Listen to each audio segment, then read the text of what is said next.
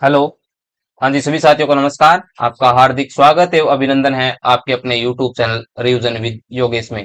तो साथियों, अपन ने कल की क्लास में पढ़ा था महाराणा सांगा वर्सेस बाबर, यानी महाराणा सांगा व बाबर के बीच की जो लड़ाइयां थी उनके बारे में अपने पढ़ा कि राणा सांगा है वो बाबर आपस में क्यों लड़ लिए थे और इनके कारण क्या थे। इनके बारे में थोड़ा रिवाइज कर लेते हैं, उसके बारे में हम उसके बाद में जो आगे की क्लास है उस पर चर्चा करेंगे।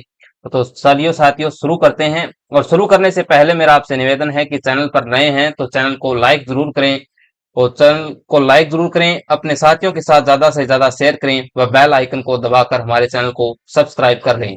तो चलिए साथियों, मैं कल की क्लास के बारे में थोड़ा बताता हूं आपको कि राणा सांगा व बाबर के बीच लड़ाइयां क्यों हुई, कारण क्या था, कौन कौन से युद्ध हुए इनके मध्य। तो मैंने आपको बताया था कि पहली जो इनका मुख्य कारण था वो था इनकी राजनीतिक महत्वाकांक्षा, क्योंकि प्रत्येक शासक अपना साम्राज्य बढ़ाना चाहता है और साम्राज्य बढ़ाने के लिए वह एक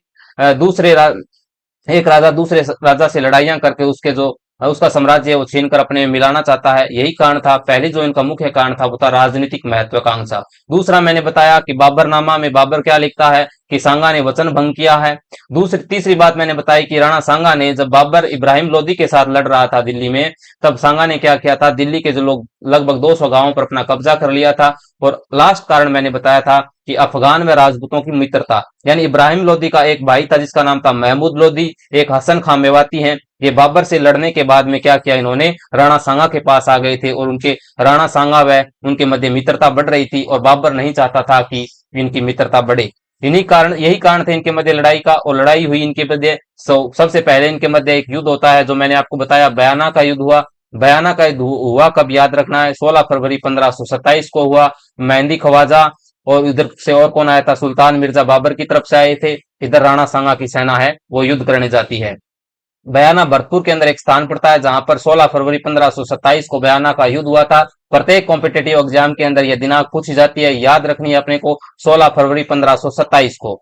उसके अंदर कहते हैं कि राणा सांगा विजयी होते हैं और बाबर को हार का मुंह देखना पड़ता है और बाबर हार कर यहां से चला जाता है। लेकिन उसके एक माह बाद फिर बाबर अपनी सेना लेके आता है और राणा सांगा से युद्ध करता है, और वह जो इतिहास के अंदर युद्ध है वो खानवा के युद्ध के नाम से जाना जाता है, जिसकी दिनांक मैंने बताई आपको 17 मार्च 1527 थी। 17 मार्च 1527 को खानवा का युद्ध राणा सांगा व बाबर के मध्य हुआ। लेकिन एक अपने वीर विनोद ग्रंथ है जिसके जो लेखक हैं श्यामलदास धदवड़िया इस जो युद्ध की दिनांक बताते हैं वो बताते हैं 16 मार्च 1527 को।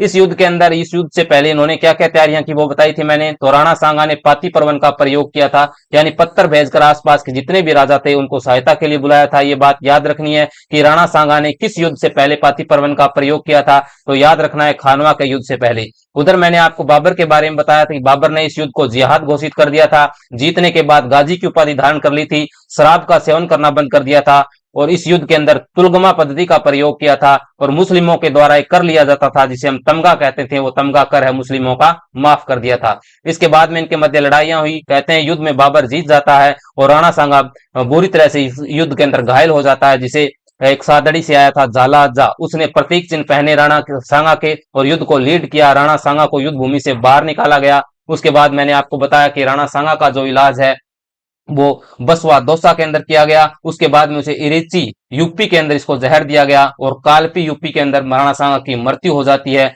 और राणा सांगा की जो छतरी है मांडलगढ़ भीलवाड़ा के अंदर बनी हुई है। उसके बाद में राणा सांगा की दो उपाधियां याद रखनी है। सबसे पहले मैंने आपको बताया इसकी एक उपाधि मिलती है अपने को हिंदू पथ की मिलती है, दूसरी इनकी जो उपाधि है उसको अपन जानते हैं हिंदुओं का भग्नावेश इसको कहा जाता है। अब बात करेंगे इससे आगे। अब राणा सांगा की मृत्यु हो चुकी है और राणा सांगा के आगे जो राजा बन रहे हैं उनके पुत्र थे, उनके बारे में हम चर्चा करेंगे कि आगे राजा कौन बना था मेवाड़ का। तो चलिए साथियों शुरू करते हैं। सबसे पहले मैं आपको बताऊं कि महाराणा सांगा है, इनकी एक रानी थी जिसका नाम था कर्मावती। महाराणा सांगा की एक रानी थी जिसका नाम था कर्मावती। सबसे पहले याद रखना है महाराणा सांगा कौन थे, महाराणा सांगा, महाराणा सांगा। महाराणा सांगा की 1528 में मृत्यु हो चुकी है। इनकी छतरी कहां पर बनी हुई है, तो मैंने बताया आपको मांडलगढ़ भीलवाड़ा के अंदर बनी हुई है। अब कहते हैं महाराणा सांगा जो थे, इनकी एक पत्नी थी, इनकी पत्नी थी उसका नाम था कर्मावती। क्या था, कर्मावती। इनकी पत्नी का नाम था कर्मावती, कर्मावती। कौन थी कर्मावती, तो कहते हैं ये बूंदी की हाड़ा रानी थी। कौन थी, बूंदी की थी ये, बूंदी की हाड़ा रानी थी। हाड़ा रानी थी। हाड़ा चौहानों की एक शाखा होती है, और तो हाड़ा थी इसलिए इसको हाड़ा रानी के नाम से भी जानते हैं। उस कर्मावती से इसको दो पुत्रों की प्राप्ति हुई। इन कर्मावती के कितने कितने पुत्र थे? दो। कर्मावती से इनको दो पुत्रों की प्राप्ति हुई। एक पुत्र का नाम था विक्रमादित्य। क्या था? विक्रमादित्य। विक्रमादित्य। दूसरे पुत्र का नाम था उदयसिंह। उदयसिंह याद रखना है। महाराणा सांगा की पत्नी थी कर्मावती, जो कि बूंदी की हाड़ा रानी थी। उससे महाराणा सांगा को दो पुत्रों की प्राप्ति हुई। एक पुत्र का नाम था विक्रमादित्य और दूसरे पुत्र का नाम था उदय सिंह। अब महाराणा सांगा के दो अन्य पुत्र और थे। मुख्य मुख्य अन्य पुत्र दो और थे, जो कि अन्य रानियों से हुए होने थे। अन्य दो पुत्र थे इनके। अन्य दो पुत्र जो अपने को याद रखना है वही बता रहा हूं मैं, क्योंकि यहां से क्वेश्चन पूछा जाता है। एक पुत्र का नाम था भोजराज। इनको अपने को याद रखना है, भोजराज को मुख्य रूप से। एक पुत्र का नाम था भोजराज और दूसरे पुत्र का नाम था रतन सिंह। रतन सिंह। अब महाराणा सांगा के चार पुत्रों के बारे में अपने को याद रखना है। महाराणा सांगा की मृत्यु हो जाती है 1528 ईस्वी में। उसके बाद में महाराणा सांगा की जो पत्नी कर्मावती थी, उससे उनको दो पुत्र प्राप्त हुए। एक का नाम था विक्रमादित्य, दूसरे का नाम था उदय सिंह। और महाराणा सांगा के दो अन्य पुत्र और थे, जिनमें एक का नाम था भोजराज और दूसरे का नाम था रतन सिंह। अब महाराणा सांगा की मृत्यु के बाद जो कि मेवाड़ का राजा बना था, उस बंदे का नाम क्या है? रतन सिंह। जो महाराणा सांगा का अन्य पुत्रों में, दो अन्य पुत्रों में एक पुत्र था रतन सिंह। अब ये क्या करता है कि महाराणा सांगा की मृत्यु के बाद मेवाड़ की गद्दी पर बैठा, मेवाड़ का राजा बना। महाराणा सांगा की मृत्यु के बाद मेवाड़ का शासक बना। याद रखना है कि महाराणा सांगा की मृत्यु के बाद मेवाड़ का शासक कौन बना? तो रतन सिंह। कौन बना? रतन सिंह। अब रतन सिंह के बारे में अपने को याद रखना है कि ये जो रतन सिंह है, कहते हैं कि बूंदी का एक शासक था सुरजनहाड़ा। कौन था? सुरजनहाड़ा। रतन सिंह के बारे में बता देता हूं पहले आपको। बूंदी का शासक, मेवाड़ का शासक कौन है? मेवाड़ का शासक बना है, मेवाड़ का जो शासक बना है उसका नाम है रतन सिंह। रतन सिंह। रतन सिंह कौन है? रतन सिंह। इधर बूंदी के अंदर एक राजा है जिसका नाम है सुरजनहाड़ा। बूंदी का राजा कौन है? बूंदी का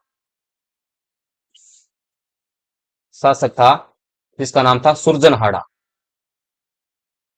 सुरजनहाड़ा। कहते हैं रतन सिंह व सुरजनहाड़ा के मध्य किसी बात को लेकर विवाद हुआ, और इन दोनों के मध्य लड़ाइयां लड़ी गई। इन दोनों के मध्य युद्ध हुआ, और कहते हैं कि दोनों आपस में लड़े। इस प्रकार लड़े कि दोनों ने एक दूसरे को मार दिया। कहते हैं कि रतन सिंह को तो सुरजन सिंह ने मार दिया और सुरजन सिंह ने रतन सिंह की हत्या कर दी। आपस में दोनों लड़के क्या हो गए? मर गए। यानी रतन सिंह और सुरजन सिंह है, दोनों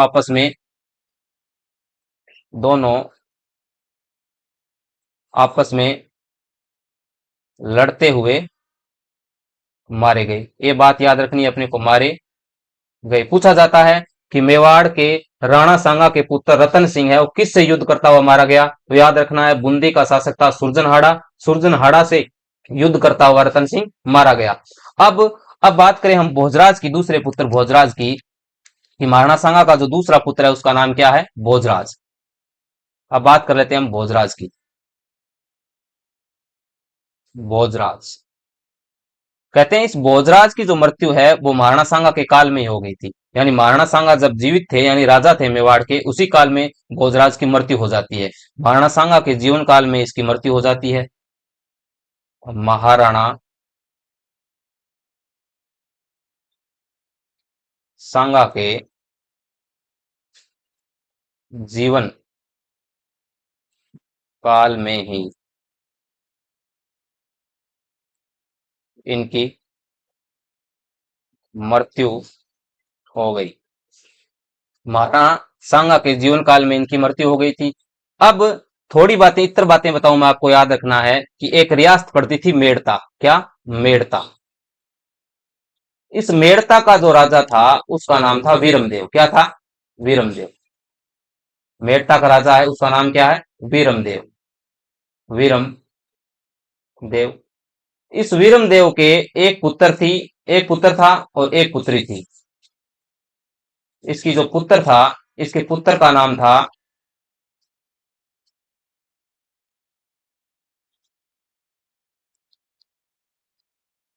इसके पुत्र का नाम था जयमल। क्या था? इसके पुत्र का नाम था जयमल और पुत्री का जो नाम था वो था फूल कंवर। क्या था? फूल कंवर।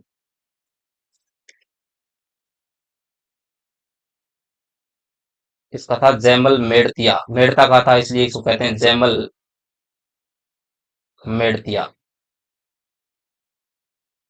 पुत्र का नाम था जयमल मेड़तिया और पुत्री का जो नाम था वो था फूल कंवर।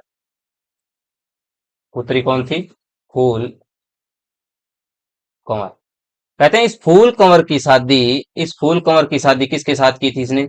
ये फैमिली ट्री याद रखनी है अपने को। इसकी जो शादी हुई थी वो अमेठ का एक सामंत था। कहाँ का था? अमेठ। अमेठ कहाँ पे पड़ता है? मेवाड़ में। मेवाड़ का एक फर्स्ट श्रेणी का या प्रथम श्रेणी का ठिकाना था अमेठ। यहाँ का सामंत था अमेठ का सामंत कौन था? अमेठ का सामंत था फत्ता चुंडावत। कौन था? फत्ता चुंडावत। चुंडावत। फत्ता चुंडावत। क्योंकि ये आमेर के जो सबसे बड़े ठिकाने थे, चार मैंने आपको बताए थे, देवगढ़ है, आमेट है, सलूम्बर है, ये चुंडावतों को दिए गए थे। तो यहाँ का जो सामंत कौन था? फत्ता चुंडावत। इस फूल कंवर की शादी है वो फत्ता चुंडावत के साथ की गई थी। किसके साथ? फत्ता चुंडावत के साथ। अब ये फत्ता जो चुंडावत है, ये जयमल मेड़तिया क्या है? जीजा है। इन दोनों को याद रखना है क्योंकि आगे हम इनको पढ़ेंगे, इसी कारण मैंने ये पहले बताया आपको। दूसरी बात और क्या याद रखनी है इसमें? दूसरी बात यह याद रखनी है कि वीरमदेव का एक भाई था जिसका नाम था रतन सिंह। वीरमदेव का भाई था, उसका नाम था रतन सिंह। भाई था इसका एक, और इसके भाई का नाम था रतन सिंह। क्या था? रतन सिंह। रतन सिंह। इस रतन सिंह की एक लड़की हुई जिसका नाम था मीराबाई। मीराबाई, सब जानते होंगे आप इसको, मीराबाई। अब बात करें हम मीराबाई के बारे में। यानी वीरम नेड़ता कौन है? वीरमदेव। वीरमदेव का भाई कौन है? रतन सिंह। और रतन सिंह की जो बेटी है उसका नाम है मीराबाई। अब कहते हैं इस मीराबाई की जो शादी है, किसकी? मीराबाई की। मीराबाई की शादी किसके साथ की गई? इस मीराबाई की शादी, मीराबाई की जो शादी है वो किसके साथ की गई है? मीराबाई की शादी की गई है भोजराज के साथ। किसके साथ? भोजराज के साथ। ये याद रखना है अपने को कि मीराबाई की शादी है वो किसके साथ की गई है? भोजराज के साथ। यानी याद रखना है, भोजराज की शादी, इसकी शादी कहाँ की गई है? मेड़ता में। मेड़ता कहाँ पे? मीराबाई के साथ। मीराबाई के साथ, मीराबाई के साथ इसकी शादी की गई। अब कहते हैं कि जब भोजराज की मृत्यु हो जाती है तो मीराबाई कुछ समय के लिए तो मेवाड़ के अंदर रहती है। उसके बाद में मीराबाई है मेवाड़ छोड़कर गुजरात चली जाती है, भगवान श्री कृष्ण की भक्ति में लीन हो जाती है और भक्ति भाव है वो अपना लेती है। यानी इस ये वो अपने जो परिवार है, मोह माया सबको छोड़ देती है। उसके बाद में मीराबाई गुजरात चली जाती है। अब कुछ बातें हम मीराबाई के बारे में कर लेते हैं कि मीराबाई कौन थी। तो मीराबाई की अगर हम बात करें, मीराबाई, मीराबाई सबसे पहले जो क्वेश्चन पूछा जाता है वो क्या याद रखना है इसको अपने में? इसे कहा जाता है राजस्थान की राधा। क्या कहा जाता है? राजस्थान की राधा कहा जाता है। राजस्थान की राधा कहा जाता है। दूसरी बात क्या याद रखनी है? इनका जन्म कब हुआ? तो इनका जन्म है वो 1498 ईस्वी के अंदर। कब? 1498 में। कहां पे हुआ था? कुड़की गांव। कौन सा गांव? कुड़की। कौन सा? कुड़की गांव। कुड़की गांव पड़ता कहां पे है? तो पाली के अंदर। कहां पे है? पाली में। कुड़की गांव पाली में इनका जन्म हुआ था। इनका जन्म कहां पे हुआ? 1498 में कुड़की गांव पाली के अंदर हुआ था। उसके बाद में क्या याद रखना है कि आगे कुड़की गांव पाली में इनका जन्म हुआ था। उसके बाद में क्या याद रखना है कि इनका जो बचपन का नाम क्या था? बचपन का नाम,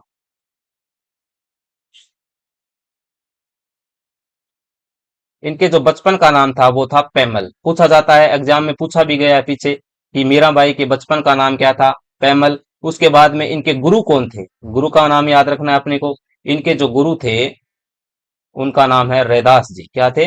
रैदास जी। रैदास जी। अब रैदास जी के बारे में दो बातें याद रखनी है अपने को। क्या क्या? पहली तो ये रैदास जी हैं, ये जाति के चमार थे। क्या थे? जाति से चमार थे।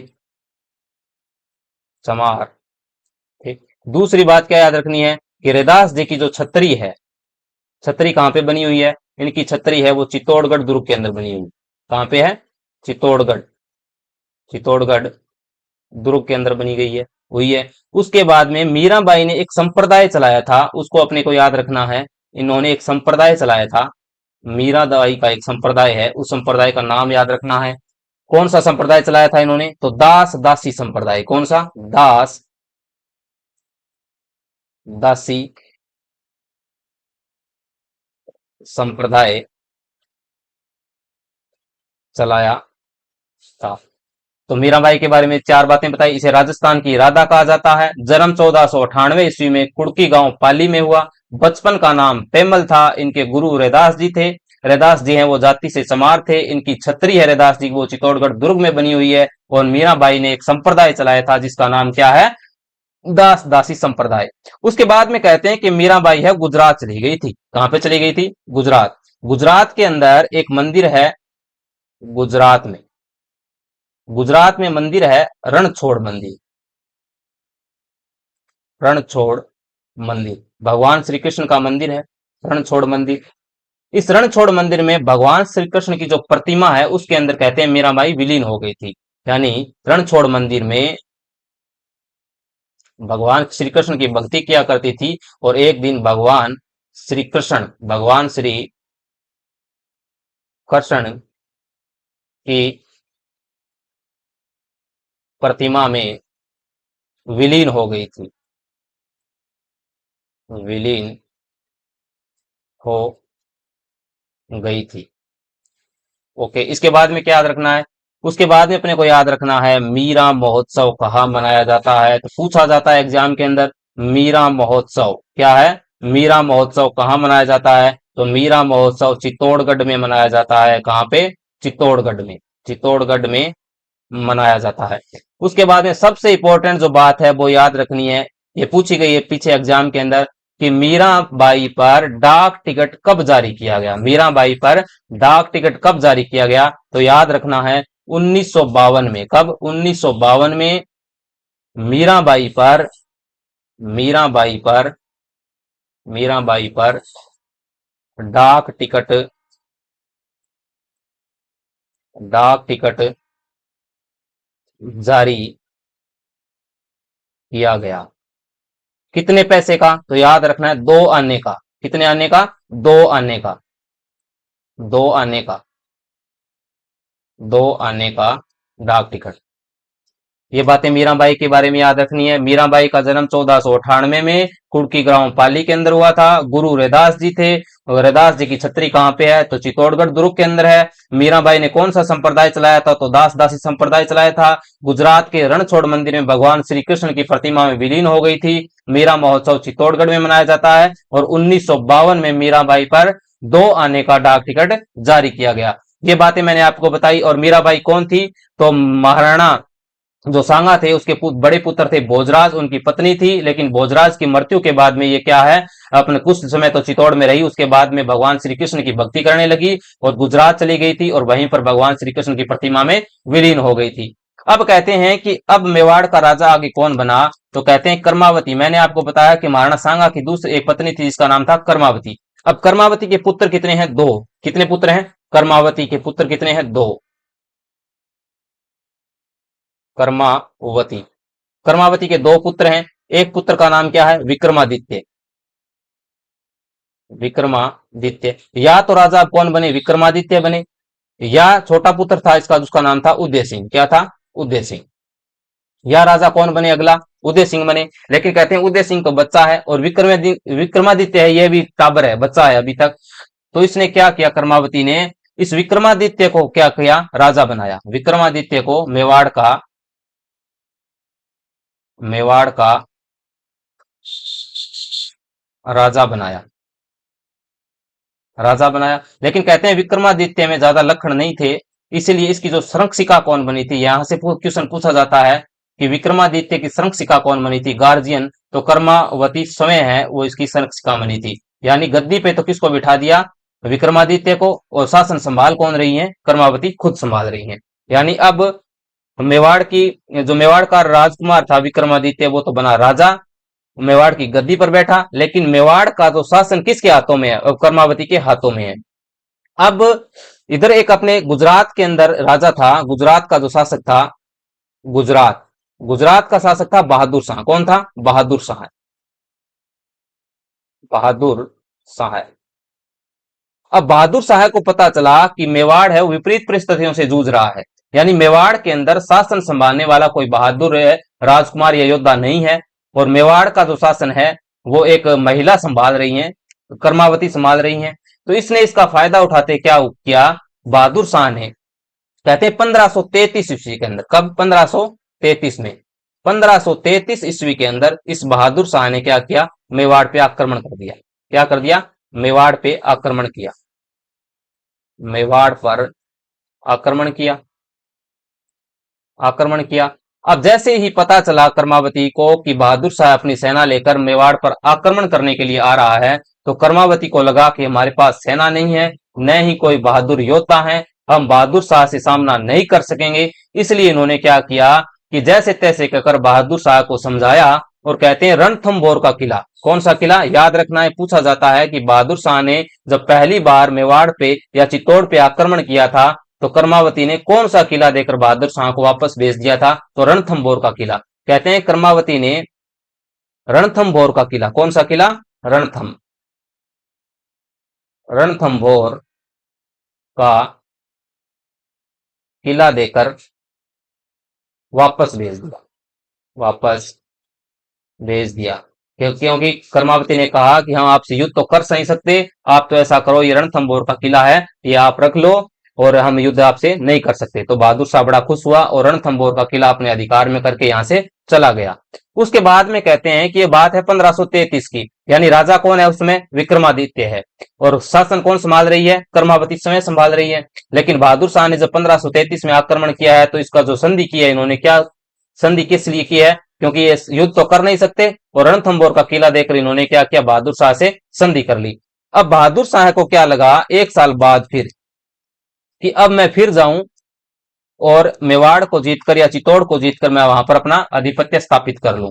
तो कहते हैं कि 1534-35 की बात है, कब है, 1534, या कहीं पे लिखा मिलता है 1535, 1534 व 1535 में इधर कौन है, गुजरात में बहादुर शाह है, बहादुर शाह है, गुजरात का शासक है, ये कहां का है, गुजरात का, गुजरात का है। और इधर अपने कौन है, कर्मावती, कर्मावती। कहते हैं कि इस बहादुर शाह ने 1534-35 में फिर आक्रमण किया, अपने मेवाड़ पे, चित्तौड़ पे आक्रमण किया, कर्मावती पे। तब कर्मावती को लगा कि ये तो बार बार आ रहा है, इससे युद्ध करना ही पड़ेगा। तब कहते हैं कर्मावती ने इस युद्ध से पहले क्या किया, जो दिल्ली सल्तनत का राजा था हुमायूं, कौन था, हुमायूं, हुमायूं, हुमायूं को राखी भेजती है, कर्मावती है, हुमायूं को राखी भेजती है, और राखी भेजकर क्या करती है, सहायता मांगती है, राखी भेजकर, हुमायूं को राखी भेजकर सहायता मांगी कि आप आओ, बहादुर साहब बार बार अटैक कर रहा है, आप तो मेरी सहायता करो, सहायता मांगी। लेकिन कहते हैं हुमायूं नहीं आया था, हुमायूं को बाद में ही पता चला, राखी बाद में मिली थी, संदेश है, वो इसलिए नहीं आया था।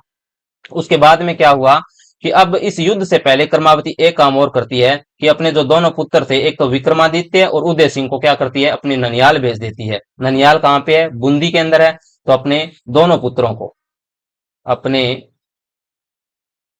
दोनों पुत्रों को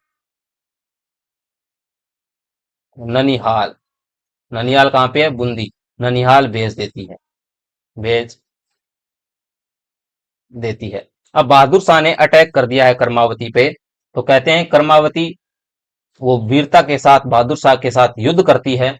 और यहाँ पर एक टर्म होती है, जब आपकी सेना कम हो, दुश्मन की सेना ज्यादा हो, तो यहाँ पे क्या किया जाता है, साका किया जाता है। तो कर्मावती ने कर्मावती की सेना ने या कर्मावती ने साका किया था। और साके के अंदर दो टर्म होती है इस युद्ध के अंदर, आक्रमण हुआ और आक्रमण में क्या हुआ, साका। और साके के अंदर दो टर्में होती है, एक तो होता है आपका जौहर, जौहर होता है, और एक होता है केसरिया, केसरिया।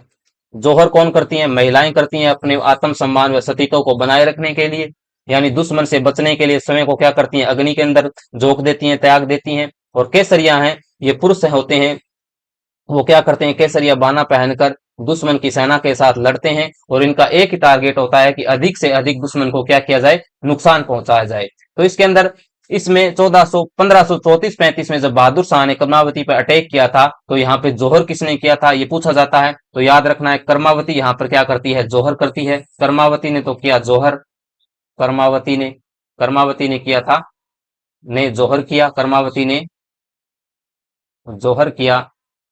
और बात करें केसरिया की, तो केसरिया किया था यहाँ पर बाघ सिंह ने। किसने किया था, बाघ सिंह, याद रखना है इसको, बाघ सिंह। बाघ सिंह कौन था, ये देवलिया कहाँ का था, ये देवलिया कहाँ पे पड़ता है, प्रतापगढ़ के अंदर, देवलिया का था। देवलिया, देवलिया का सामंत था, देवलिया का सामंत था। देवलिया पड़ता कहाँ पे है, प्रतापगढ़ के अंदर। कहाँ पे है, प्रतापगढ़ के अंदर। और इस बाघ सिंह को देवलिया दीवान भी कहा जाता है, पूछा जाता है ये भी, देवलिया,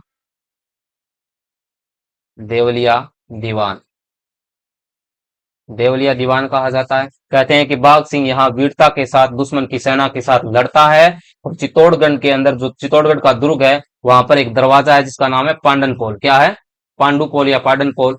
पाडनपोल दरवाजे के साथ वीरता के साथ युद्ध करता हुआ मारा जाता है। पाडनपोल, पाडनपोल दरवाजे के पास, दरवाजे के पास युद्ध करता हुआ हुआ मारा जाता है। अब 1534-35 के अंदर जो ये आक्रमण किया था बहादुर शाह ने, यहाँ पर साका हुआ। साके में जोहर किसने किया, कर्मावती ने किया। केसरिया किसने किया, बाघ सिंह ने, जिसे देवलिया दीवान कहा जाता है। देवलिया पड़ता कहाँ पे है, तो प्रतापगढ़ के अंदर पड़ता है, और इसे ही कहा जाता है चित्तौड़गढ़ का दूसरा शाखा। एग्जाम के अंदर पूछा जाता है, चित्तौड़गढ़ का दूसरा शाखा कब हुआ, चित्तौड़ का दूसरा शाखा, दूसरा शाखा, चित्तौड़ का दूसरा शाखा कब हुआ, तो 1534-35 में। 1534-35 में किसने करवाया, तो गुजरात का कौन शासक था, बहादुर शाह आक्रमण करता है। उस समय चित्तौड़ का शासक कौन है, तो रानी कर्मावती समय शासन संभाल रही है। तो साका हुआ, उसमें जोहर किसने किया, तो कर्मावती ने किया। और आपका केसरिया किसने किया, तो बाघ सिंह ने किया था। बाघ सिंह कौन था, ये देवलिया का था। देवलिया पड़ता कहां पे है, तो प्रतापगढ़ के अंदर पड़ता है। इसे देवलिया दीवान के नाम से भी जाना जाता है। तो पूछा जाता है चित्तौड़गढ़ का दूसरा शाखा कब हुआ, 1534-35 में। इससे पहले हमने पढ़ा था चित्तौड़गढ़ का पहला शाखा कब हुआ था, 1301 ईस्वी के अंदर हुआ था, जब राव रतन सेन है वो चित्तौड़गढ़ के शासक थे। जिसमें राव रतन सेन क्या करते हैं, केसरिया करते हैं, और उनकी रानी पद्मिनी है वो जोहर करती है। और चित्तौड़गढ़ का जो पहला शाखा हुआ था 1301 ईस्वी के अंदर, उस समय आक्रमण किसने किया था, तो दिल्ली सल्तनत का राजा अलाउद्दीन खिलजी था, यानी खिलजी वंश का राजा था अलाउद्दीन खिलजी। वह अटैक करता है 1301 ईस्वी के अंदर चित्तौड़गढ़ पे। उसमें राव रतन सेन उस समय चित्तौड़ के राजा थे, वो साका, वहां पे साका होता है। और रतन सिंह है, केसरिया करते हैं, उनकी रानी पद्मिनी है वो जोहर करती है, जो कि चित्तौड़गढ़ का पहला शाखा था। और दूसरा शाखा कब होता है, 1534-35 में, रानी कर्मावती के समय, जिसमें कर्मावती जोहर करती है। और बाघ सिंह है वो क्या करता है, केसरिया करता है। अब हमें एक ताम्र पत्र मिलता है पुरगांव से। कहां से मिलता है, पुरगांव से, पुरगांव, पुरगांव, पुरगांव से एक ताम्र पत्र मिला है, एक ताम्र पत्र मिला है। इस ताम्र पत्र में क्या जानकारी मिली है हमें, तो पुर गांव का जो ताम्र पत्र है, इस पुर ताम्र पत्र से हमें क्या जानकारी मिलती है, हम इसमें लिखा गया है कि जब रानी कर्मावती ने जोहर किया था, उससे पहले क्या किया था, दान किया था। कि रानी रानी कर्मावती ने जोहर से पहले, जोहर से पहले दान किया था। याद रखना है। पूछा जाता है कि पुर ताम्र पत्र हमें किसकी जानकारी देता है, तो पुर ताम्र पत्र हमें चित्तौड़गढ़ के दूसरे साके की जानकारी देता है, जिसमें लिखा गया है कि दूसरे साके के अंदर जब रानी कर्मावती जौहर करती है तो जौहर से पहले वो अपनी सारी संपत्ति का दान कर देती है गरीबों के अंदर। यह कहां पे लिखी गई है बात? पुर गांव से हमें एक ताम्र पत्र प्राप्त हुआ है जिसे पुर ताम्र पत्र कहते हैं। क्या कहते हैं? पुर ताम्र पत्र। पुर ताम्र पत्र में ये बातें लिखी गई है। पुर ताम्र पत्र, पुर ताम्र पत्र, पुर ताम्र पत्र। ये थे राणा सांगा के बाद की जो अपने बातें की हैं कि विक्रमादित्य है और आपका उदय सिंह वो तो बूंदी के अंदर है, और चित्तौड़गढ़ का दूसरा शाखा 1534-35 में हो गया है। अब इसके बाद हम बात करेंगे कल की क्लास में कि आगे का राजा कौन बना है मेवाड़ का, और किस प्रकार से आगे का मेवाड़ का शासन चल रहा है, उसके बारे में बात करेंगे कल की क्लास में। तब तक के लिए सभी साथियों का धन्यवाद। जय हिंद, जय भारत।